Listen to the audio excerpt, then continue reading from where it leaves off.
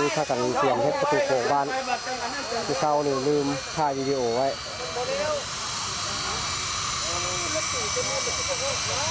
กำลังจะมาสิพากันเตรียมยกเป็นแผงแรงขึ้นติดกับตัวเช้าตอนแรงกับตาโต้เอากันเขาเที่ยงนี้นะการเฮ็ดต่อ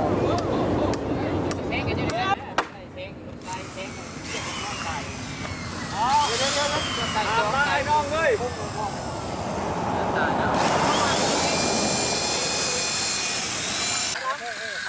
ยัดบันไดเรื่องเข้า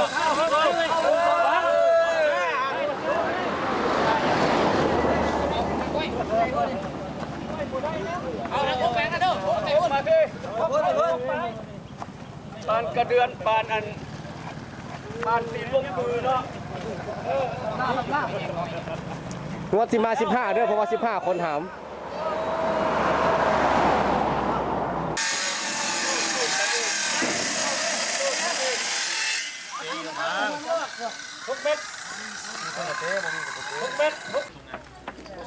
บลองน็อตบ่ว่าไปแล้วบัดนี้บลองน็อตก็มีน็อตก็ว่าน็อตแล้วนะจะง่อยบลองง่อยฮึดใส่ซื้อยานะบ่ได้เอาหัวเสียบ่ได้ใส่อันนี้ไม่เห็ดตายบานไปแล้วจังกำลังประกอบเสาบ่ได้ไปตั้งเถื่อตัดลงปลายนี่4เมตรเนาะมาถ่ายรูปนะที่ว่าจังได๋นี่เฮ้ยเฮ็ดคุณซะไม่ได้เฮ็ดหัวเข้าตายแล้วอยู่ข้างๆบ่ได้ลูกเจ้าเดี๋ยวแปลลุงกวาดเอาเข้ากวดเอาเข้าบุลุงได้เล็บไว้ปีเลย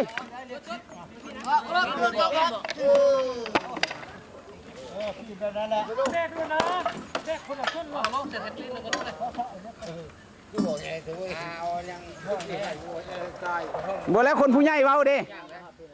คนผู้ใหญ่เว้าต้องเว้าใหญ่เด้นั่นเด้ปล่อยออกให้วงเฮ็ดผู้เดียวนะแบกไปเลยลาดทงนาโอน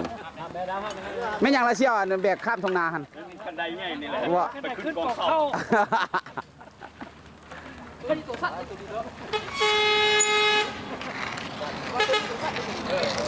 อ้าวห้ามเสาไปแล้วเด้อนี่เยอะนี่คือหลายตายแล้วมาเลยกูได้ไหมตายเลยไปแต่ไอ้บุตรโอ้ยเห็นเลยไปไปแล้วแน่มันนัดได้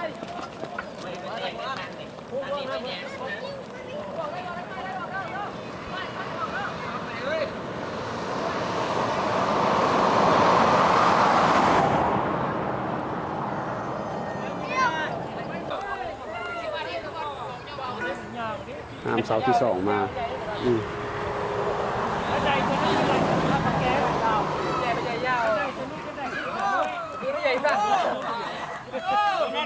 ผักแกงบ่ผักน้อยบ่ช่วงมาไหนนี่คือเฮงแท้แข่งกับเมืองช่วงลำเลยน้องไหนบ่ได้เก็บลูกทำพวกจูนนี่แม่วางไว้คักแน่เลย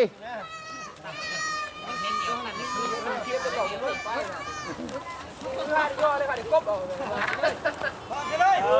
แค่นู้นไปเยอะก็ไม่เยอะพอที่ไม่กันเลยเร็วเลยนะ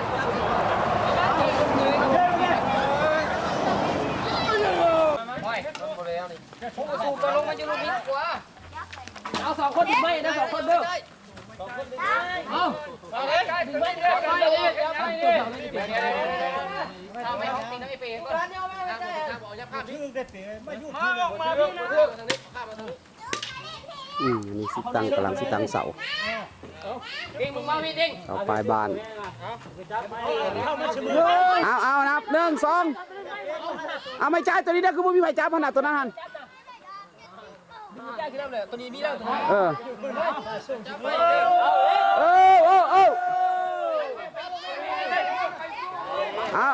เอาแข่งตีนแข่งมือ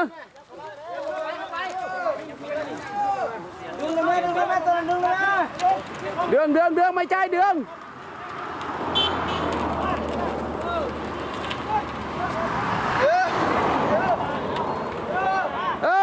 ได้เรื่อง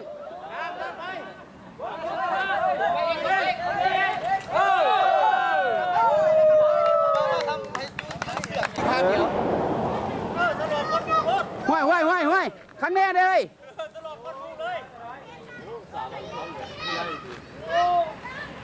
อันนี้มันขวนคนขึ้นไปแก้เสื้อเพื่อที่มาเอาเสาตัวนี้ขึ้นอีกไม่อีกนะสูงไปอ้วนกันไปค่าใดก็ได้นะระดับมัน เอาลงมาแล้วมาเทคได้สมมุติว่า5 เมตรอยู่ใส่เขาก็เอาจับระดับ5 เมตรตัวนี้ไปรู้แหละตะปูอยู่ใส่มันบ่ยากดอกว่าแต่ได้ข้างหนึ่งล่ะลงมาซุกเลยนะบอลง่ายๆพี่นะหมายไว้รถบอลจับอยู่พี่เอาคู่นั้นเลยละอันน้ำสายนะลงมาดิเอาตัวนี้มาต่ำซ้ำนี่นี่แม่ลงแม่ดึงแล้วตัวนี้ดึงแม่แล้วนะถึกแล้วคนลงมาเลยคนลงมาตัวนั้นน่ะเอาดิเราก็แม่พาไม่นะพอออกสวนมันนะเอาดินมาทอกดิเอาเส้นหมดเลยเขาซีเมนต์ผสมใส่เลยโจ้งเลยนะข้างละ ถ้ามึงจะเอาลูกหลายตัวนี้นะ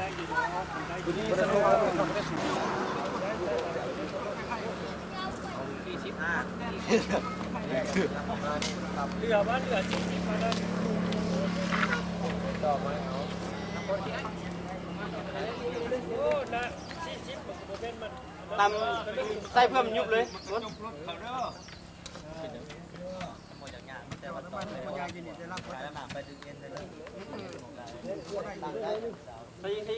ใส่เพิ่ม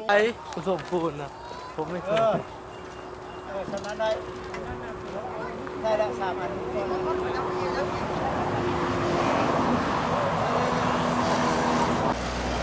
เที่ยวขึ้นเสาที่2แล้วเนาะ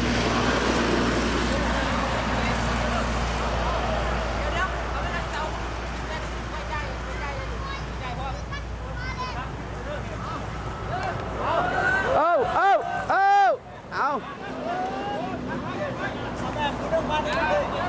เฮ้ย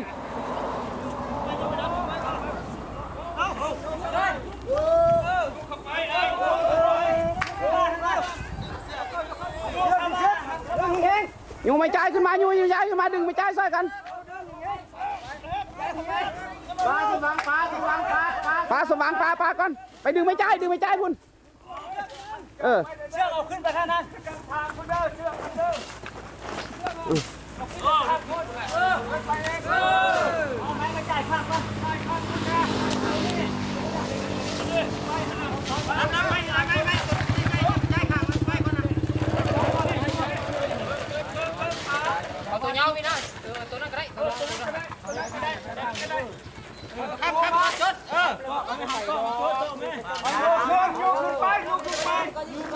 พอแล้ว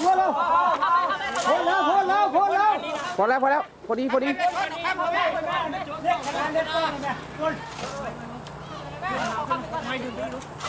อาบอลดินลงอีกไหมดินลงอีกก็แม่ขึ้นมาแล้วก็ดินลงอีกนะ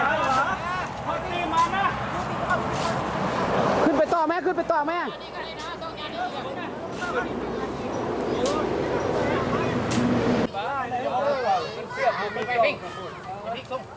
อกขึ้นไปเลยขึ้นไปตอกกันน่ะ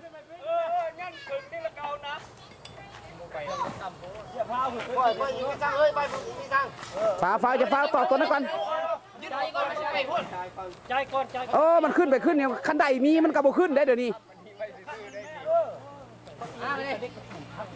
ขึ้นสูงก็ได้ถ้าได้ขึ้นไปพุ่งได้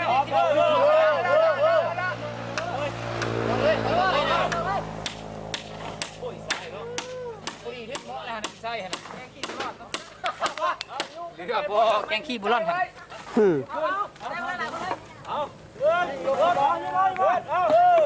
ทำไมเอาดินล้มมาดินล้ม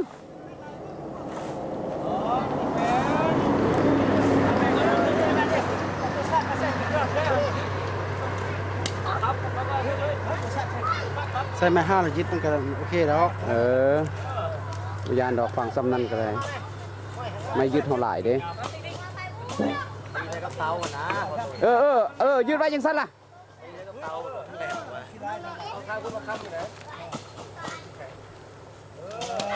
มันซื้อแล้วบ่แล้วมันซื้อแล้วบ่แล้ว ชื่อแล้ว ซื้อครับพดเอา ชื่อแล้วชื่อคด ได้แล้วบ่ดีเรียกก่อนเอา1ทุกท่า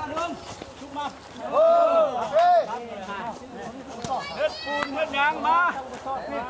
เอาลงไปแม่ลงพักลงอีกต้องมาลงไปสิข้ามเอาได้ข้ามไป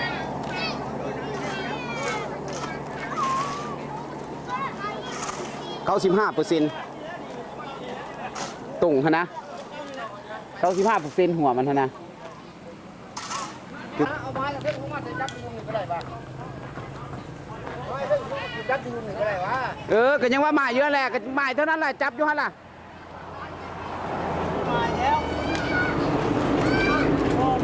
ไม่ทางหรอ ทางนี้ซอกแม่ให้ซอกทางเดียวแม่ โอ้ยได้แล้วทำนั่นได้แล้ว นั่นดิ ในนี้เลยวะ ได้แล้วโอเค เดี๋ยวมันดึง กำลังจะใส่คือ ได้แล้วบาลันเลย แผ่นที่ใส่ไป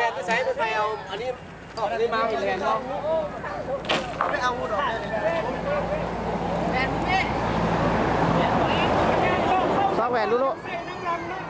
มันเข้าสบายไปเบิ่งแว่นกันทุกที่มี จะทำไปเด้อข้อเด้อ คนตีเด้เอาคนตีมาแด้ลูก ไม่ไฟแห้งครับบุมีเนาะ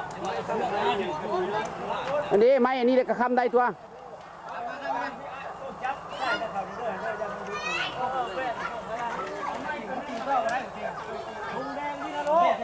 แจกใส่บ้าก่อนนะเดี๋ยวคำนี้ทำไมไว้กันนะทำไมกันนะย้อ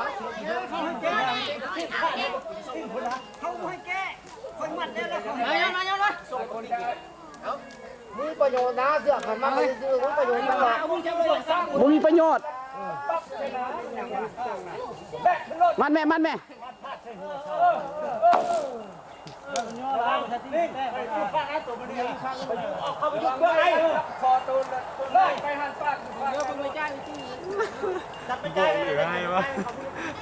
เพิ่งบอกเพิ่งให้นะ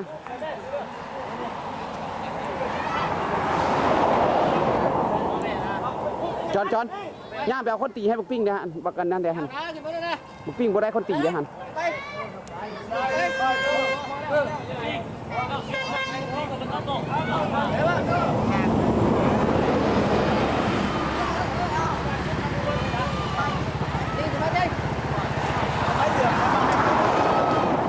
เสร็จ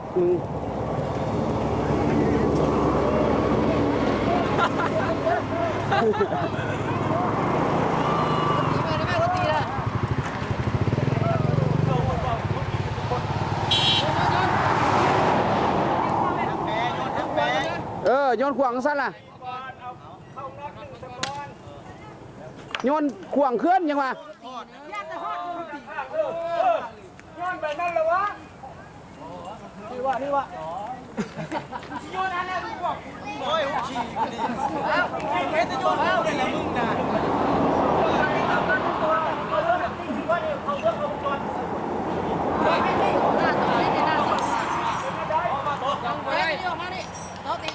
ให้มันทอดก่อน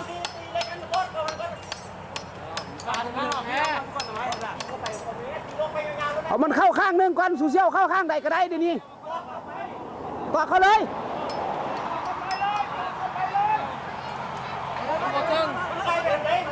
พดให้ยังอ่ะพดให้ยังมันตามไม่ประกันนี้ย่อขึ้นไหน เอาหูบักนี่เข้ากันนะเอาหูบักปิ้งไปนะเข้ากันนะ เอาหูปิ้งนี่เข้าเนี่ยนี่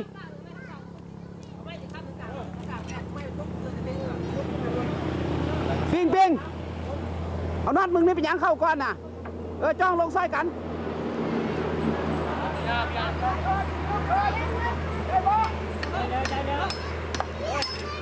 ให้บักปิ้งนะตอกอยู่รูปมานะ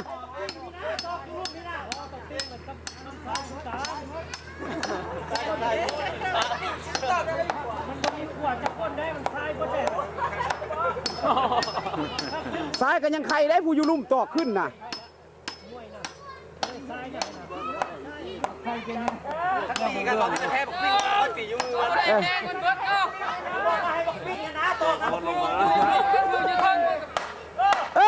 ฮันดิ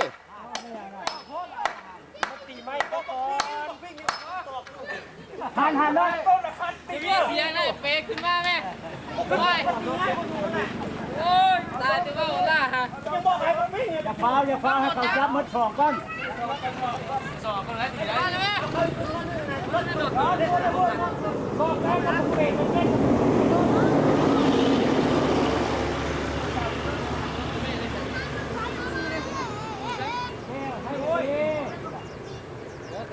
มีเด้อขายแล้วนะแพ้จนน้ำปักจอนนี่ เอาตัวนั้นไข่ใส่ตัวนั้นก็โลดเอาตัวนั้นไข่ไปใส่ตัวนั้นก็โลด ปีนขึ้นมาแม่จอนปีนขึ้นไปให้เขานับแค่พอมันก็ยืดแล้วผมเข้าใจกันไม่ใครต่อเขานับคู่เลยนะ เมื่อเราไม่เข้าใจกัน ผู้หญิงกับพวกป้าใส่รถจริงเลยไข่ใส่รถมันตกมันหันแล้วมันใส่หูใหม่รถกระแจอยู่ห้วนกระแจนะย่าไปเอาเด้อ ต่อเลย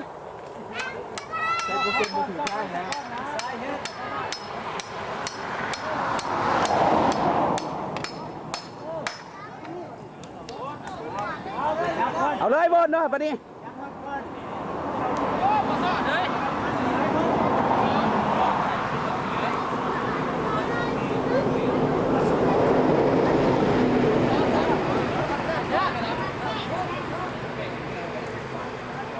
แท้พ่อกันได้ยังไง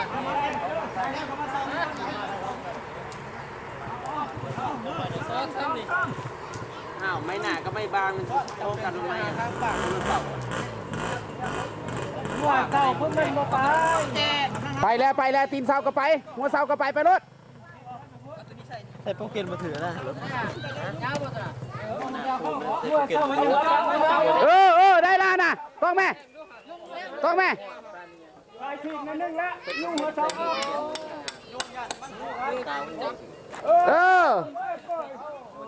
จองไว้อันดีเรียบร้อยได้แล้ว ตาโปเกนมาอย่างไร เอามาเนี่ยไอ้แกงนอนแล้ว แน่นอนแล้ว งานแล้ว มันได้คือไม่ช่วยละไปเมื่อขอเขาพอดีน้ำนี่คือเขาได้ถมทั้งหน้าเนี่ยถมทั้งหน้าน้ำเพราะว่าเขาจุ่มท่อกันเนี่ย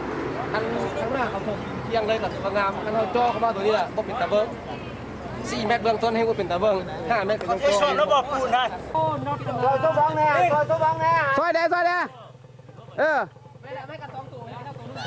บังพี่น้ำมาพี่ตัวบังพี่น้ำมาพี่มาปิ้นก็ได้ดอกจื้ออยู่แล้ว เอาเชือกจ้องน้ำบุบนเนี่ยกับข้าวอยู่ไหนผู้การระบาดผู้ลืมเลย ไปเขายาวสำเร็จเป็น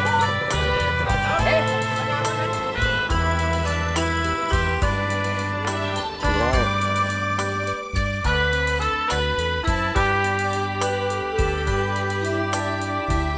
แสงทองส่องฟ้าหน้าผามีสีสดใส ความมืดหายไปแสงทองส่องใสเข้ามาทั่วทั้งอาณาดินลาวมีความหอม